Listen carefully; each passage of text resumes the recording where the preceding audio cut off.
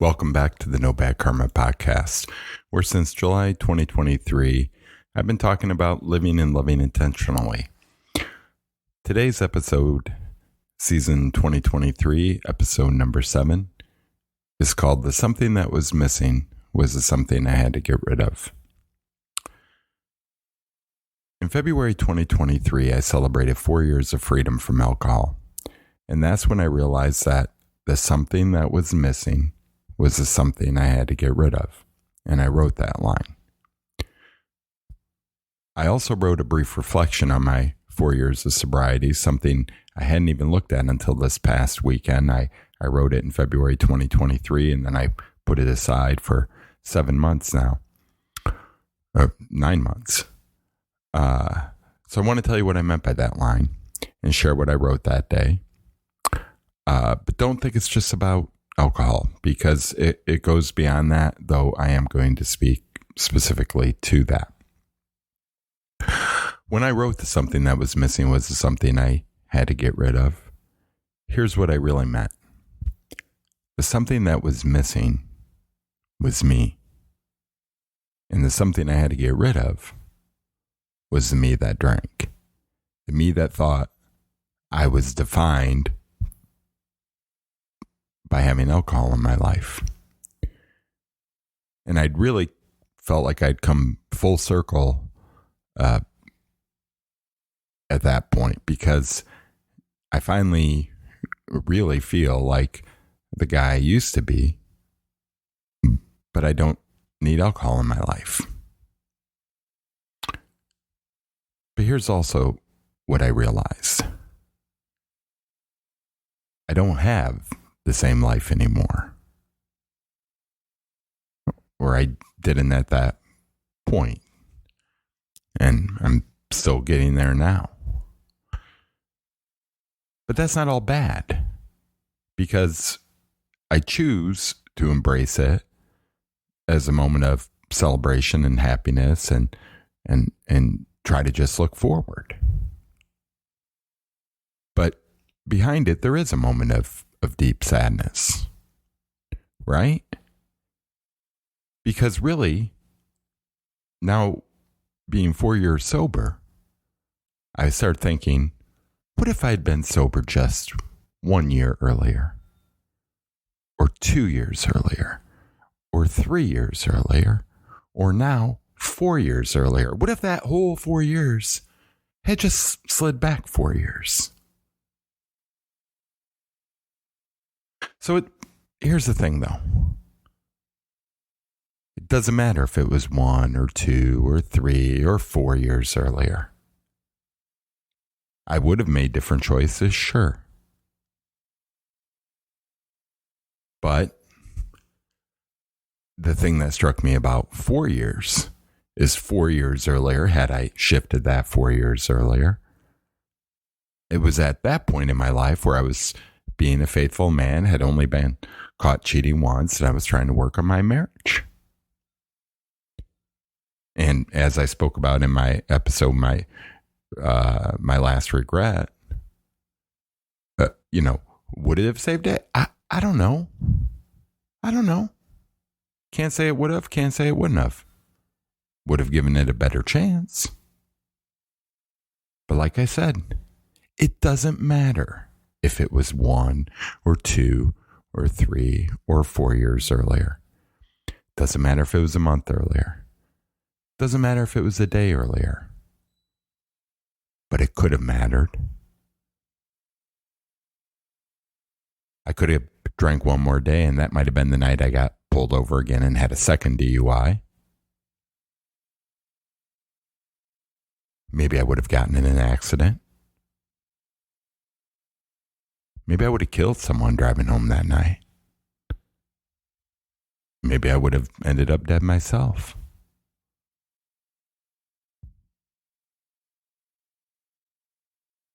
But it can't matter. Can't matter if it was a day earlier, week earlier, month earlier, year earlier. It can't matter. Can't matter for alcohol. Can't matter for anything. And that's really the point. I'm speaking to alcoholics out there, but it goes beyond that. And I'll I'll talk about that in a second, because that kind of thinking a day earlier, a week earlier, a month earlier, that's what's going to hold you back. That's what's going to cause you to have regrets and second guess yourself now. Whatever it is that you need to quit, whatever it is that you think is defining you, that maybe you need to get rid of,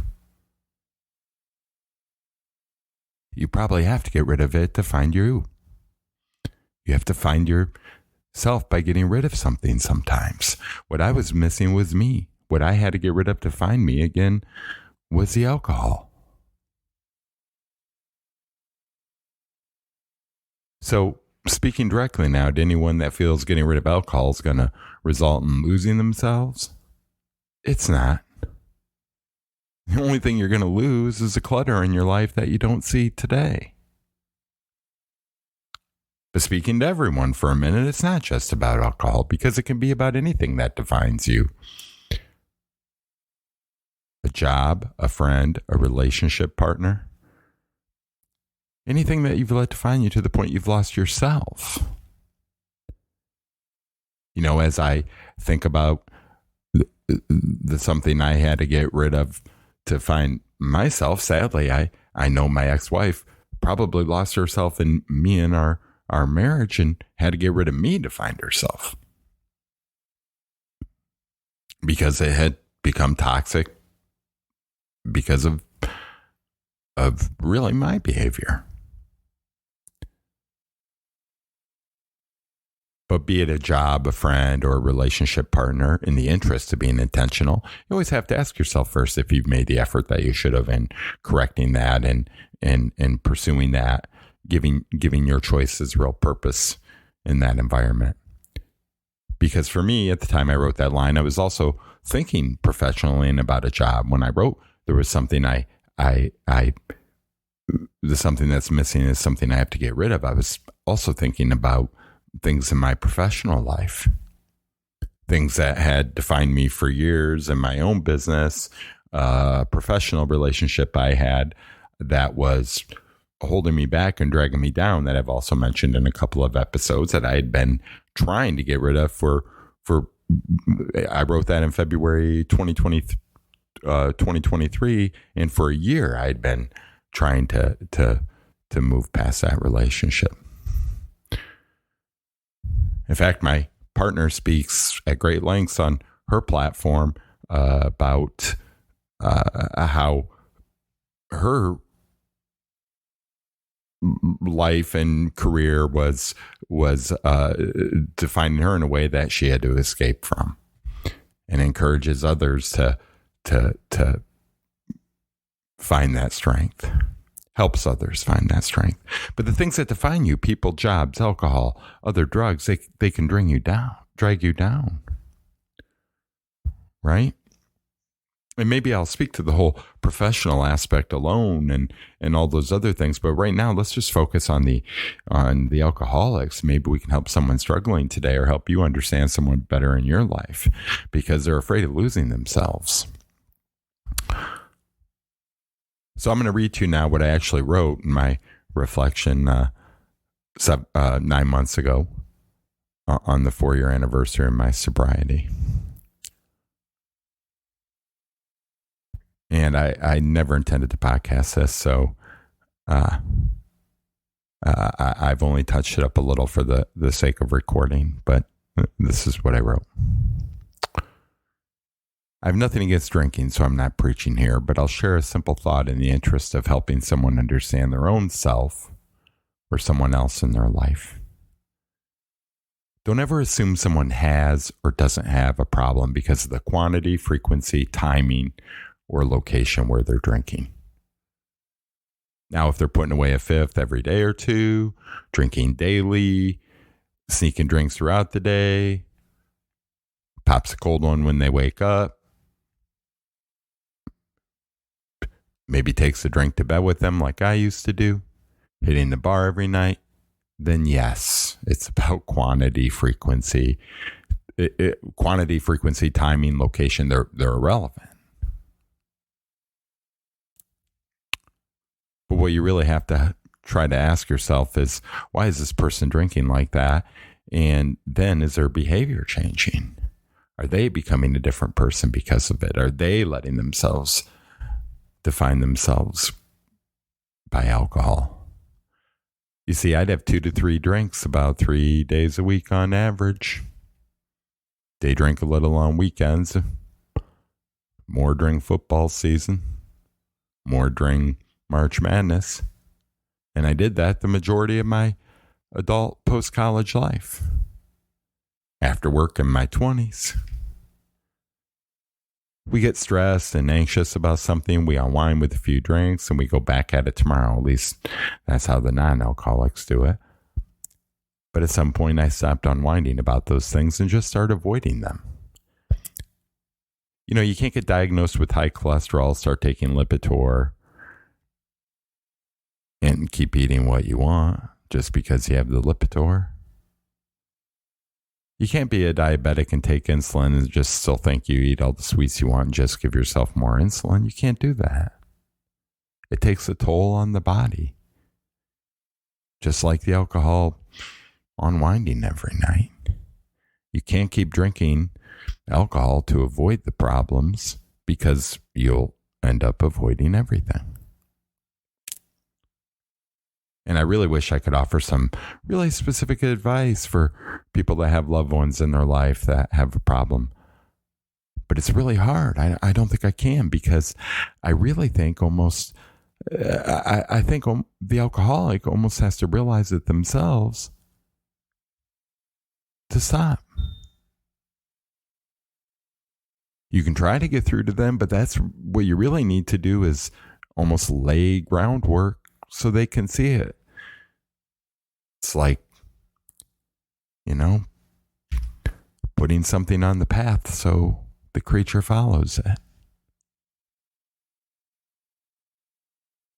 Your best chance of getting through to them is to focus on how you think their behavior is changing, with love and understanding from their perspective and their context. Because if you approach it with anger, frustration, judgment, resentment, you can't tell someone's not going to care if you tell them that you think they have a drinking problem, unless they think they might have a drinking problem. And I can assure you that anybody who thinks they might have a drinking problem thinks it, whether they say it or not. So if you think they do, they probably think they do too. But if you love someone, it's your duty, unequivocally, no exceptions. It's your duty, if you love someone, if it's your partner or family member, especially. But I know that's hard, because, I tried to help a couple people unsuccessfully. Not hard as I probably could have, because as hard as I could have would have been too much. And my ex-wife tried to help me unsuccessfully. But it was unsuccessful because, as I said before, you can't approach people with anger, frustration, judgment, resentment, because that's what she was feeling from how I made her feel. She was coming at it from her perspective, not mine, not ours, not mine first. But so, it wasn't her fault, and I can't blame her one single bit for that. And here's why. Because it goes on so long, you're drinking, that even after I ended up with the DUI, 3 months after we separated, neither of us really thought I had a drinking problem like that I was an alcoholic. But I think I was already thinking it. I just didn't know what it was really doing to me until I got sober enough to see it. Because the alcoholic knows he has a problem, he's going to avoid it, and that's when the smoke and mirrors are coming out. He or she's going to lie or avoid the topic. And that puts you, in this case, her, in the position of coming at it from your perspective, their perspective, not the alcoholic's. Someone needed to explain to her, as I'm explaining to you now, how the alcoholic feels. Because we really want the help. We're just letting it define us.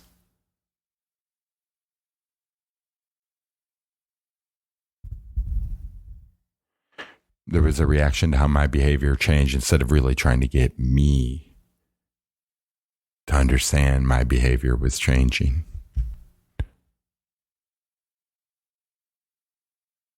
The alcoholic simply stops dealing with underlying problem.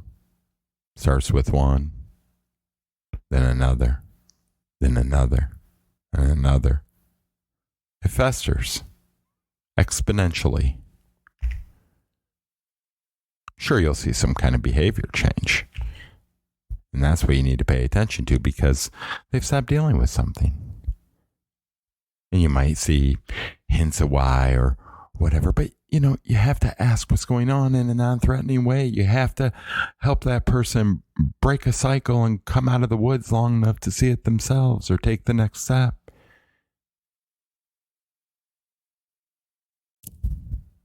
I asked someone who supposedly loved me for help and was told it was my problem.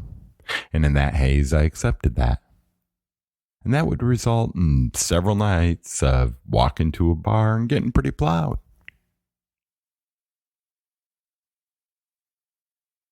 Yet my 4 years of alcohol started as a 2-week break for that person. How ironic. I didn't do it for me, but it was just to deal with one problem. But that's what I'm really saying here to those of you that have someone in your life that has this. It's you gotta break it long enough to deal with one problem. And for me, that went on for 2 weeks. And then I was ready to drink again, but I realized there were a lot of problems I wasn't dealing with because I couldn't think clearly again. Because I could think clearly again after not having really being able to think clearly with the booze in my life. I just needed 14 days. That was it. 14 days got me out of the haze. And that was the first moment of clarity. That's when my recovery started.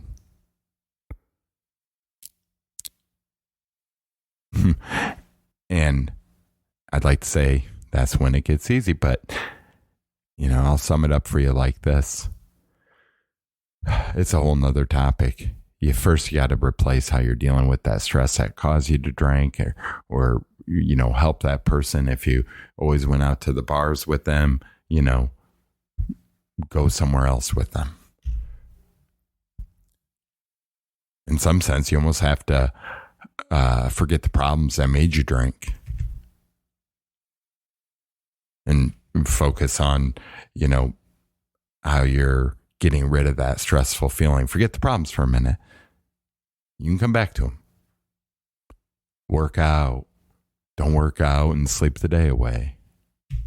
That's what you need to do. Go take a class. Go play on your phone. Do a crossword. Do your Wordle. Play with the dog.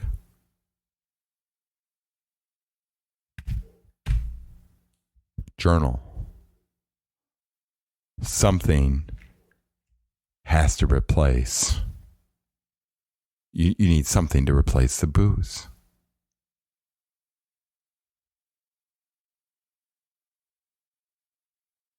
You've got to be able to cope with the stressful feeling that you used to use alcohol to get rid of. And only then can you start to really think and cope. And that's when, the alcoholic's going to start feeling weird. And that's when you realize, wow, there's something in your brain going on here or your body that might be contributing. And I said in my Daddy is an Alcoholic episode, every alcoholic's got an underlying mental health issue.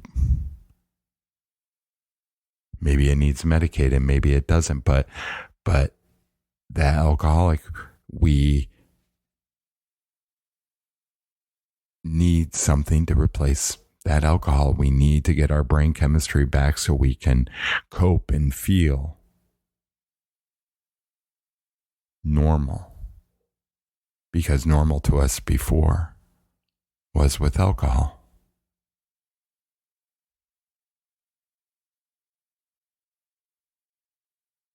Why is it so hard for those trying to help themselves? Why can't we be more supportive? Why are we dragging our friends that say, I don't want to drink out tonight for a drink?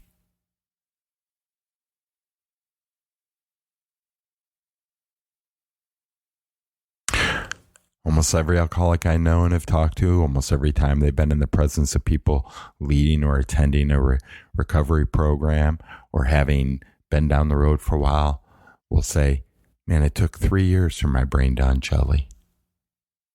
That first moment of clarity came early. And that was the first opportunity to fall off the wagon. Like I said, for me, it was 14 days after I quit. And I dealt with it by recording a 5-minute video of my life at that moment because I didn't want to forget. And I've only watched that video a handful of times, and I don't like watching that video because that guy was a mess.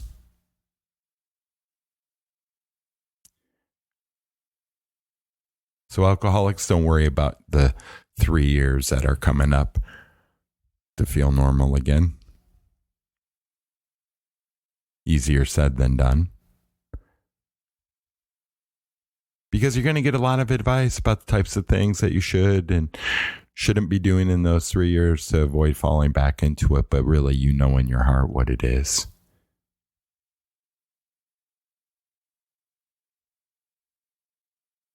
You got to stop. You got to replace how you used to drink away your stress, and then you'll find you can deal with the things that you were drinking away. And when you have those moments of clarity and you can make those decisions, you're going to feel good.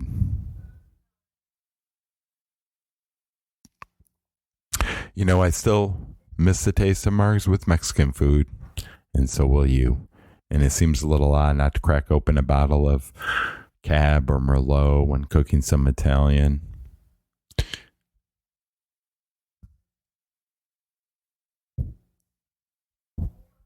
You don't miss the alcohol because you don't want to miss the alcohol. And you'll realize that those events were just triggers that made you want to drink. Because you used to have your margs with Mexican food, but you don't have to. I switched to 7-Up and Sprite.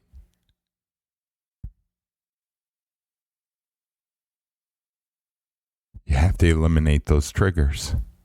And when you start realizing that all these other things that used to drink, these social occasions, these dinners or cooking or whatever, that's your second moment of clarity. Because now those triggers were also the things that were stressors that you were drinking away. Part of it for me was always work. I would take on projects I didn't want.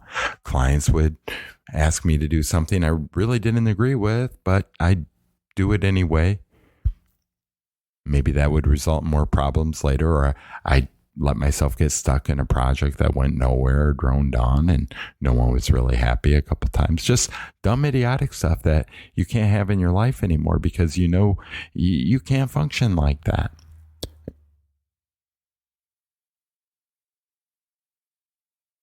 It'll be the same with your friends and relationships and your activities. You might find yourself that you were spending time somewhere or spending time with certain people. And really those things were really just triggers that resulted in you drinking.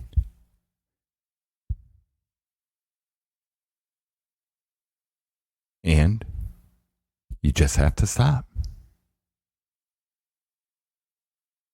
If you stay on that wheel and keep doing those things, you're going to fall off the wagon. You got to focus on what you want.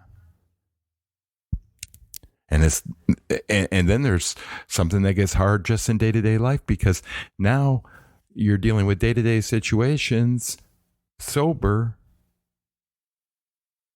because not everyone can go out and change your job right away. Not everyone wants to go and change your friends right away. Right? Especially friends. You always think you might want to keep them in your life a little bit.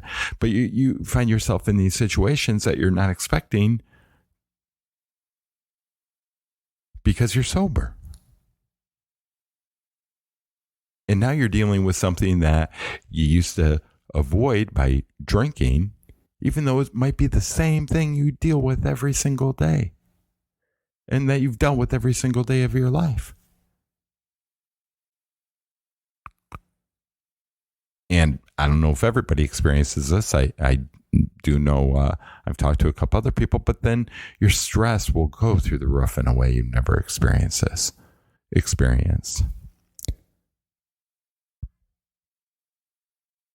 And for me, I verbally puke more than anything. I'll explode.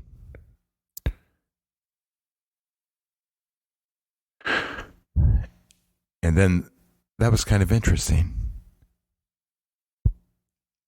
because people are seeing first of all, that's not right, but now people are seeing something they didn't expect from you.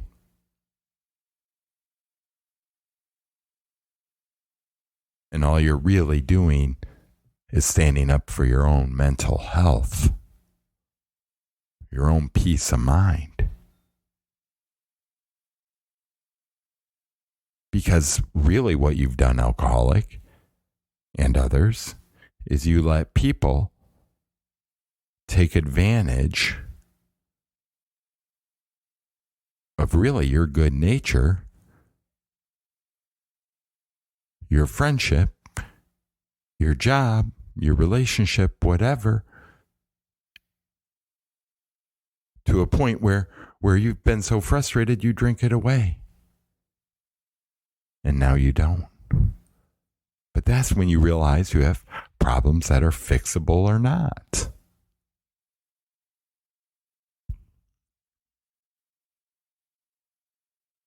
And it's kind of around that point where I'd say was really my third moment of clarity. Because suddenly you're living a day just the way you want, and you feel good about it.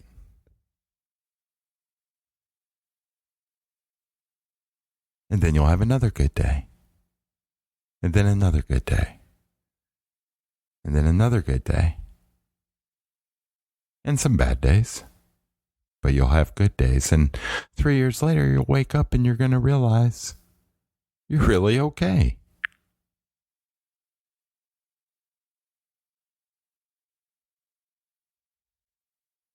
Sadly for me, it came at one of those moments. It came at one of those moments where I let frustration get the best of me. And even how I understood it then was not wrong. But I even have greater understanding of that moment now, because I had a relationship that was frustrating me that I spoke about. It was a short but meaningful relationship. And I blew it up because the whole situation, I didn't understand how to work it into my sober life.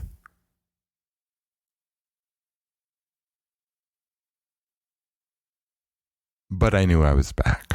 I knew I was myself again.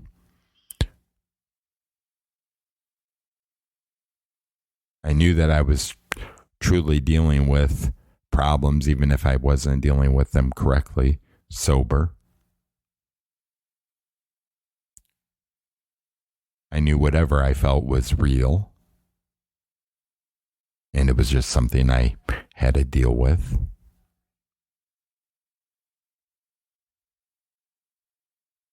Wouldn't say I was right about the situation.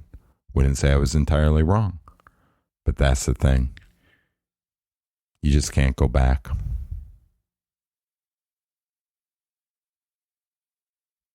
Because you're being honest with yourself and you have to keep moving forward.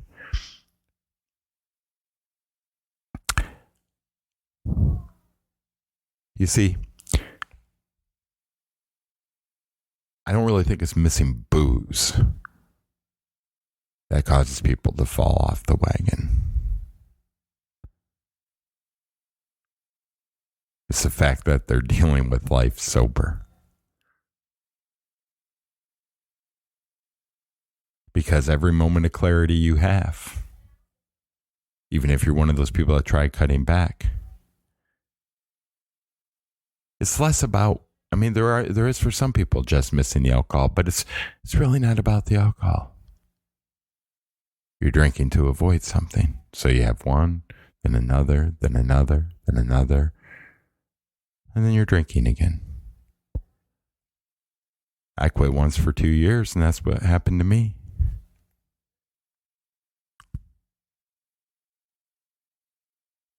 I didn't go out and advertise it because it was just taking a break.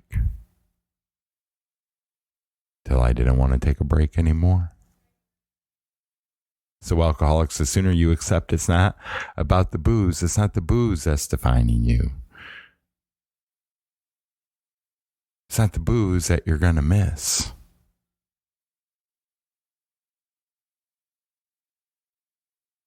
What you're missing is yourself.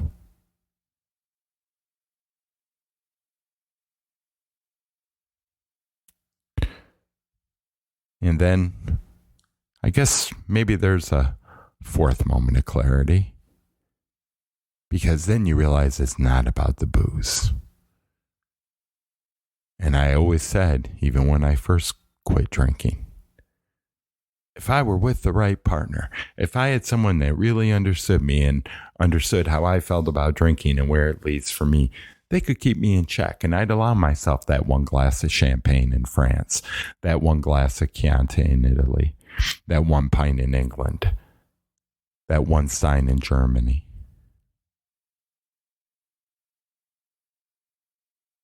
But that same clarity knows I can't think that way. Guess I'll have to have cheese and escargot in France, the fish and chips in England, and maybe the brats in Germany. I'm sure there's plenty to eat and do in all those places. And I like traveling and I like eating and always have. And I still like a good dive bar with a local band.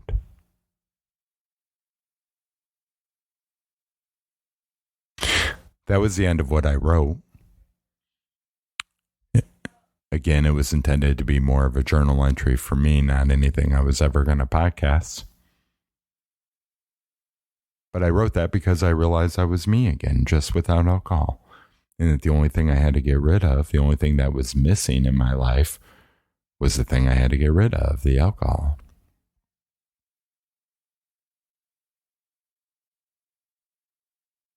But for me, sadly, it took blowing up my life to realize that. So, like I said before, I wish I had an easy answer for you, those of you struggling with it yourselves or have someone in your life struggling, but here's the best I can do. If you're struggling to think you have a problem, you do. Accept that, and you'll be fine.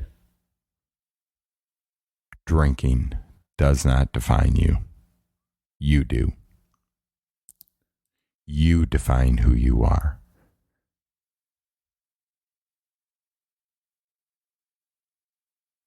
Alcohol has control over your life, and you have to let it go.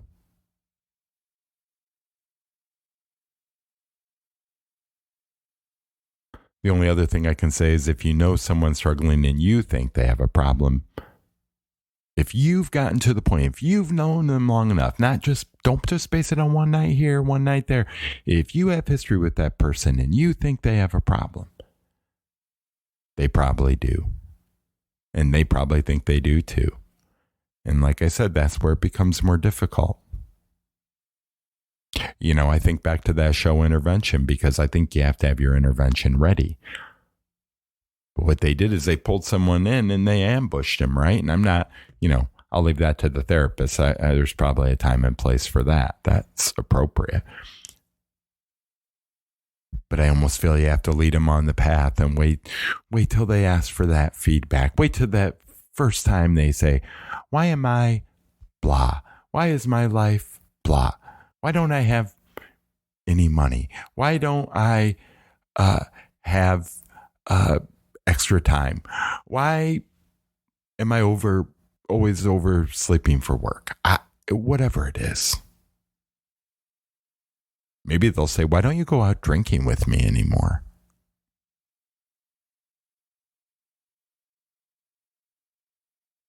Maybe you can help them understand that you're not defined by having alcohol in your life, and they don't need to be either.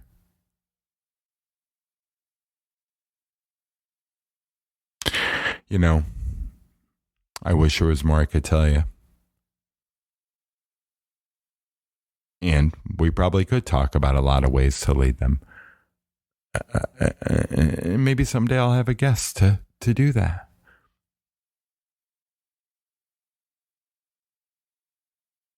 But I'm not qualified. But I can tell you I'm an alcoholic. And what I experience and believe. And I can tell you I met plenty along the path that felt the same.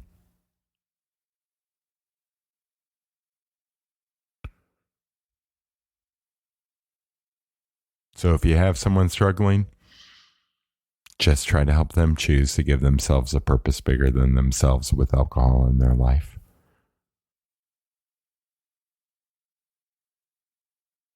That's how you can give your choice a purpose bigger than yourself. See you soon.